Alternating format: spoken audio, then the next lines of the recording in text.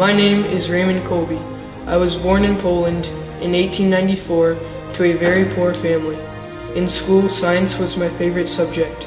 I even designed a rocket ship. When I was 10 years old, I had a vision of the Blessed Mother. In the vision, Mary held out 2 crowns to me. One was white and symbolized purity, and the other was red and symbolized martyrdom. Mary asked me which crown I wanted, and I replied, both. My brother and I joined a Franciscan seminary. On September 4th, 1910, at the age of 16, I became a priest and adopted the name Maximilian. I was always very devoted to the Blessed Mother. I worked hard to spread devotion to her. I traveled to Japan and India so that the people there would come to know her and her son. I tried to give miraculous medals to everyone I met. I even started a monthly magazine called The Night of the Immaculati. I contracted tuberculosis in 1920 and became very weak.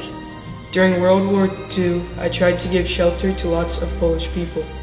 In 1941, I was arrested by the Gestapo and was jailed in Warsaw. Eventually, I was sent to Auschwitz concentration camp.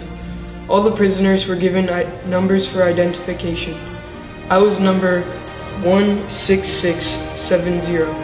That number, along with the P, which was shown on a red triangle and stood for Poland, appeared on my prison uniform. While I was there, I was very open about being a Catholic priest. I was beat regularly, endured dog attacks, and was made to carry corpses. I always tried to have a positive outlook. I prayed and heard confessions while in prison.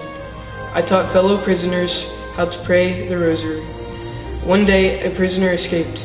The rule was that if a prisoner escaped that wasn't caught and returned, that 10 people in that cell block would be killed.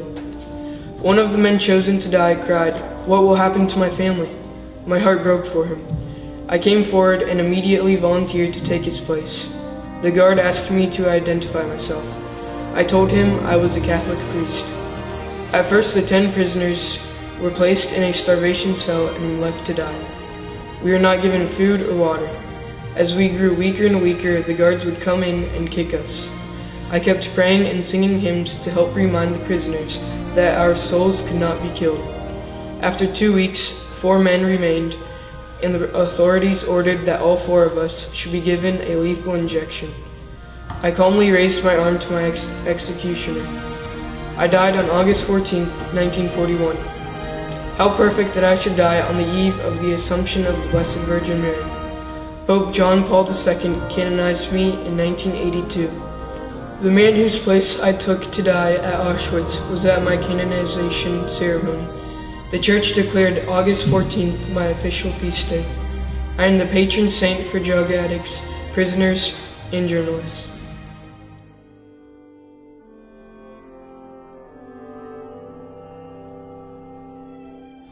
I lived in Rome around 400 AD during the time of great persecution.